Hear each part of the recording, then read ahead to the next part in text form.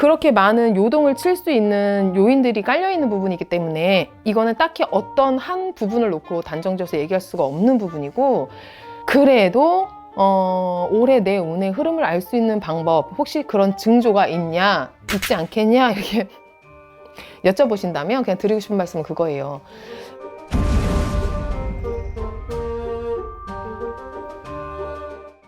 안녕하세요. 천왕할머니 천부인당입니다. 네, 참 안녕하세요. 네, 안녕하세요. 많은 분들이 2023년 들어가면서 네. 이번에는 좀 잘 됐으면 좋겠다, 더 나아졌으면 좋겠다 하는 바람들이 있는데, 그쵸. 2023년 내운의 흐름을 알 수 있는 몇 가지 방법이 있을까? 그거를 스스로 알 수 있는 방법이 있을까? 네.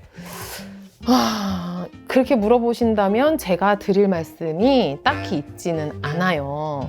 왜냐면 그 징조를 이런 보통 분들이 아셔서 미리 예방하고 뭐 미리 갈 길을 정하면 누구든 무병장수할 테고, 명예도 얻고 큰 돈을 벌고 싶으신 분들은 큰 돈도 벌으실 테고 아마 잘 먹고 잘 사실 거예요. 근데 그렇게 되면 아마 저 같은 무속인이나 일반 이렇게 철학하시는 분들이 존재할 필요가 없겠죠. 또 어떤 분들은 올해 뭐 23년도에는 무슨 띠는 조심해라, 무슨 띠는 대박이 난다, 막 이렇게 이제 얘기를 하시는 분들도 있고 또 여쭤보시는 분들도 있고, 그런데 이것도 딱히 설명할 수가 없는 부분인 거예요. 왜냐면 무슨 띠는 조심해라, 어떤 띠는 대박이 난다, 이건 너무 포괄적이기도 하고요. 또 사람마다 같은 띠더라도 이 흐르는 기운, 그 사람의 조상의 기운, 그 집안의 내력, 그 집안의 산소자리, 이런 걸로 인해서 사람의 운이 굉장히 많이 변수가 생기거든요.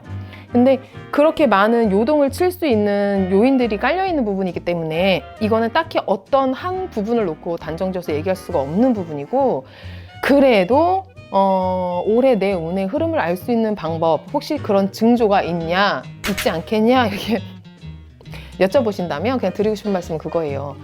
무언가에 불안하고 뭐 항상 좀 초조함이 생기고 악재가 생기는데 그게 막 두세 가지씩 겹쳐오고 막 이렇게 돼버리면 벽에 부딪힐 일들이 반드시 생기더라. 그런 시기에는 또 반대로 별로 좋은 일은 없는데 이상하게 괜히 기분이 좋고 업되고 모든 게 긍정적으로 막 여겨지고 마음도 편안해지고, 혹여나 큰일이 생겨도 슬기롭게 해결이 되고 큰일이 역행하면 오히려 좋은 일로 변할 거라고 보여진다, 이제 이런 경우라면. 근데 어떻게 포괄적으로 내 운의 흐름의 징조를 알 수 있는 방법이 있냐라고 물어보시면 좀 전에 말씀드린 그런 그냥 기분의 변화, 요 정도로만 판단이 되지 정확하게 어떤 징조가 있으면 꼭 괜찮아지더라, 어떤 뭔가 생길 때는 그 해에 정말 대박이 나더라, 이렇게는 저는 말씀을 드릴 수가 없을 것 같아요. 그런 부분은 이게 사람마다 틀리다는 게 뭐냐면, 쌍둥이 같은 경우들도 같은 띠 같은 시에 태어나잖아요. 보면 해가 같고 연월일시가 같고 한 배에서 나잖아, 쌍둥이 같은 경우는. 근데 그래도 보면 쌍둥이들도 다른 삶을 살아가는 분들이 굉장히 많잖아요. 이거는 그 사람의 운도 중요하지만 같은 연월일시에 태어났어도 쌍둥이더라도 얘는 잘 되고 얘는 조금 아닌 길을 간다는 건 인간의 노력과 또 어떤 기회가 생겼을 때 그 기회를 잡는 것과 그런 부분도 분명 연관이 있지 않을까, 그렇게 생각이 들어요. 그래서 어떤 징조를 말씀해 달라고 하면은 뭐 그런 정도? 악재가 겹쳐오면 안 좋을 때는 두세 가지씩 꼭 겹쳐온다, 마음이 괜히 불안하고 초조하다, 내가 진짜 믿는 사람이었는데 그 사람이 종당에는 보니까 나한테는 인연이 아닌 악연이더라, 이런 정도로다가 이제 징조를 볼 수 있지 않을까.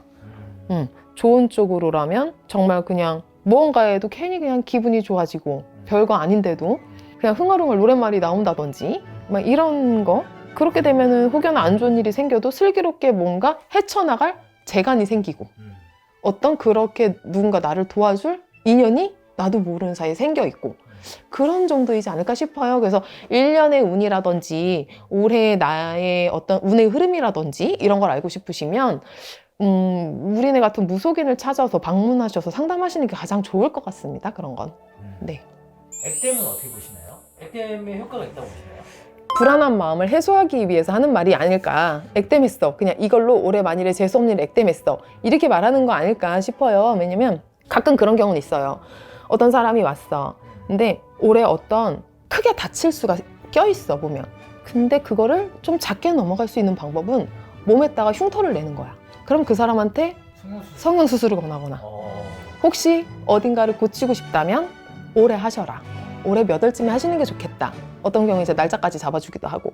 그래서 이제 크게 넘어갈 내 몸의 뭐 상처나 이런 걸 미용 쪽으로 돌려서 좀 작게 차라리 나한테 이득 보는 쪽으로 넘겨라. 이런 경우는 있거든요. 근데 그냥 일반적으로 지나가다가 툭 다리를 넘어져서 뼈어. 예를 들어. 근데 이거 아유 액땜했어. 그래 이거 그냥 하는 말이에요.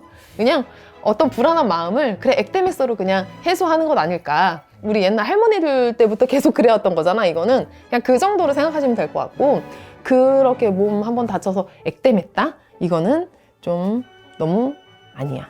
너무 큰 의미를 두는 것 같아요. 감사합니다. 네, 감사합니다.